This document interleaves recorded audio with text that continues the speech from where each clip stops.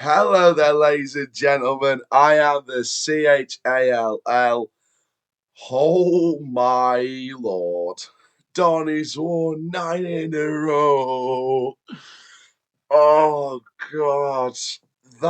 Oh my god. Well, I've got a statement about this game, which I'm going to say straight off the bat, and I'm probably paraphrasing here because someone called Bailey tweeted this out. Now, shout out to Bailey.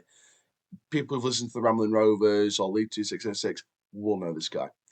And he said something on the lines of, this is up there with Wembley, Brentford, Charlton, in terms of, comeback victories and how much went into that game.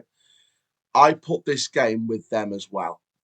For those of you who aren't Rovers fans, Wembley, Leeds United, 1-0, playoff final 2008, getting into the championship. Brentford, 2013, Griffin Park, last minute winner from a Brentford penalty up the other end, James Coppinger on the end of a pass through by Billy Painter to get into the championship and win the League One title, by the way, because Bournemouth drew that game. I think it was against MK Dons, actually. And Charlton making the comeback of comebacks in that second leg at the Valley to take Charlton to penalties in the League One playoff semi-final for a chance to face Sunderland at Wembley. Oh, boy. I do put that result with those games because of the comeback and because of the emotion behind each of those results. I put 2-0 down, 4-2 up against Barrow on the last home game of the season, of the 2023-2024 season, up there with them in terms of the comebacks and the emotion behind it. I 100% agree with Bailey. Wow, what a game. Before we get started, make sure you do like, comment, subscribe, click the notification bell so you never miss another YouTube video. We are on the road to 3,000 subscribers and 500,000 views. Let's get there as soon as possible, please. Respect to all the Barrow fans who were giving me stick during the game. Fair play to you. Respect to you. I gave my fair share back in all fun in the eyes of the game, but it was brilliant. It was a wonderful laugh, and to spend the final home game of the season with my wonderful girlfriend by my side, considering the fact that I started this season on my own, it was quite a full circle moment today. And for now, let's get into this as Doncaster Rovers win by 4-2 against Barrow. So, what on earth went down? Well, first off, let's not excuse that. First off, oh boy, we weren't at the races at all. And you know what? People put something to something. People put something to put down something to something, or the reason for something. I put that first half performance down to the fact that although we played all right, we just couldn't create anything. And I think part of that is because Barrow were pressing aggressively. Barrow were on the front foot after the first 10 minutes. Um, they were on it. They were 100% on it. And for me personally, Barrow were just on the front foot. They were linking up the play very, very well. I thought both goals could have been marked a hell of a lot better. I thought the keeper could maybe have done better with at least one of the goals. For me, I don't know. It was one of those halves where we looked all right, but we just couldn't create anything. And we made some sloppy mistakes, and Barrow kept pouncing on it. And for me, it was one of them. But the second half, we blitzed them, absolutely blitzed them, and it took a step-by-step process for that whole back four of Barrow to fall apart. Collectively, and fair play to Barrow for the first half. Fair play to them. They were on their A game for the first half, especially. But yeah, it was one of them where we just didn't really.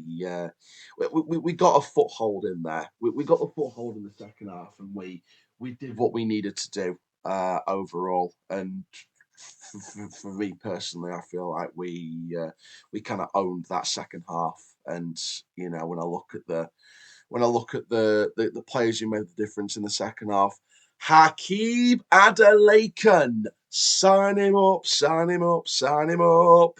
Sign that guy up. I do not care how much it costs. And in fact, we saw Terry Bramall come down the drive on the way out at full time. You know what? First of all, fair play to the Rovers fans for doing a round of applause when Terry Bramall came down that drive, because at the end of the day, we did what we need to do in January, especially with the financial restrictions brought on by the EFL penalty. And we brought in the signings. I'm sure Adelaide would have probably been permanent if it weren't for that financial penalty for that window.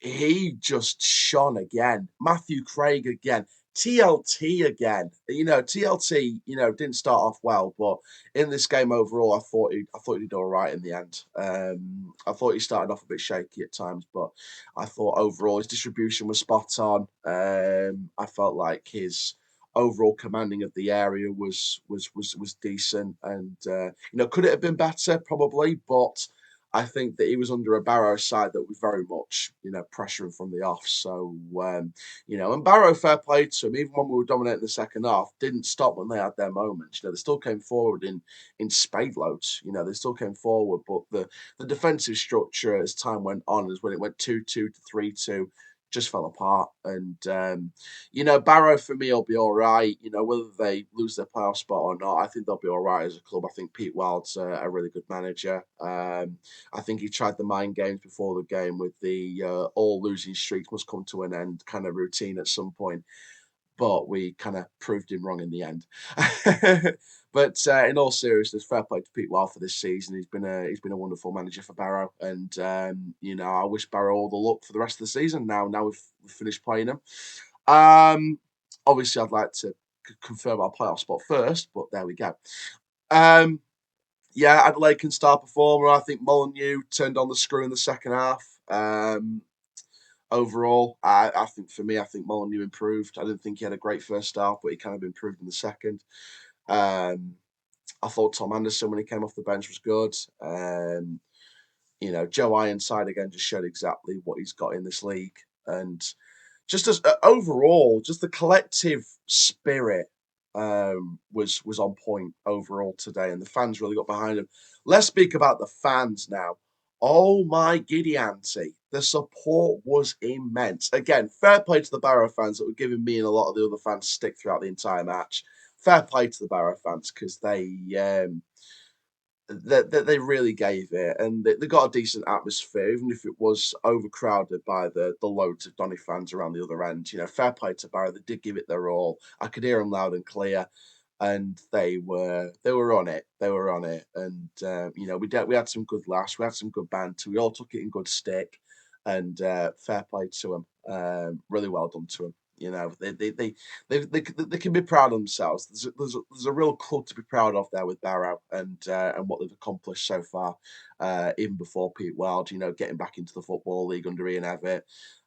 Before then, even their other spells, when they're trying to stay up in the National League, they did their club proud, staying up in the National League and then getting promoted out of it, and now being in a position where they could still get promoted into League One. So fair play to them. But for me, overall, the fans were amazing. The Doncaster fans were incredible. Apart from that moment where we had the pitch invasion, and I'll be, I won't hide from it or anything like that. When it went to 2-2, I was hanging on the edge of my seat. I was ecstatic, but we knew we needed the winner. It hits 3-2, and I'm sure a few people around me will probably vouch for me. I was on my knees in floods of tears because that's what this club means to me. And, I'm probably, anyone who works in security at Doncaster Rovers will probably look at this now thinking, oh, did he? And, check back over the security footage of that stand where we were. I was at the end of the stand near the Barrow fans. Trust me, as soon as he hit the third goal, I was on my knees crying my eyes out because that's how much I love this damn football club. Doncaster Rovers is heart, life, and soul to me. And, from where we were a couple of seasons ago to where we are now, it's unbelievable. Even from where we were in February compared to now, and the fact that we've done 9 games, still got 2 more to go, so 9 to 11 games potentially, going from 20th to potentially 7th, maybe even 6th. Oh my God. Oh my God. It's just unexplainable. It's absolutely unexplainable how that happens. It's ridiculous. But yeah, overall for me, it was a fantastic game. The emotion came through loud and clear. We all love this club. We all know what this club means. The amount of people that came to support us today was fantastic. And again, fair play to the Barrow lot. Fair play to them. It's going to be great this next week. Colchester, they're pretty much staying up now anyway. I think Sutton are all but relegated now after their late draw with Crawley. So You know, I think Colchester's pretty much, I would say, safe by now. But they're still going to be in a bit of a dogfight because they're going to still try and push for the win to try and secure it themselves without Sutton kicking the ball in the next game. But we'll see what happens there. Gillingham, I don't think they're playing for much now. I think they're not in the playoff race anymore, so they might be on the beach. So there's an opportunity to grab the last 3 points there with a bit more ease compared to Colchester. So we'll see what happens. But Gillingham still have some quality players, so they're going to be a tough ask to follow anyway. But overall, again, like I said, I'll reiterate what I said at the start of the video. That right there, that result for the comeback, for the emotion, the support, the fight, the desire, you know, the letting out of the feelings. Again, I put that game where Brentford is 2013, Charlton 2019. And Wembley 2008. So, you know, I put that result up there with those guys. And you know what? I'm glad I didn't film a match reaction today, as well as just this review. I'm glad I didn't film one because I don't think I would have been able to hold the camera up. I was just too emotional at 3-2, and then 4-2 as well. You know, 4-2. I just stood in front of Barrow fans taking the mic, just going, "What are you all saying now?" But fair play to the Barrow fans. Like I said, they took it in good stead, and yeah, good luck for the rest of the season anyway. But that is going to be it for this video, guys. Wow, what a game. I'll be here for the Colchester one on Tuesday, and I'll be at Gillingham next Saturday. It's going to be a busy week next week, fingers crossed. Yeah, going to be very, very interesting indeed. But there you go, guys. Thank you very, very much for watching this video. Make sure you do like, comment, subscribe. And for now, I'm the CHALL. Ta-ra for now. That's full time. Come on, you Reds.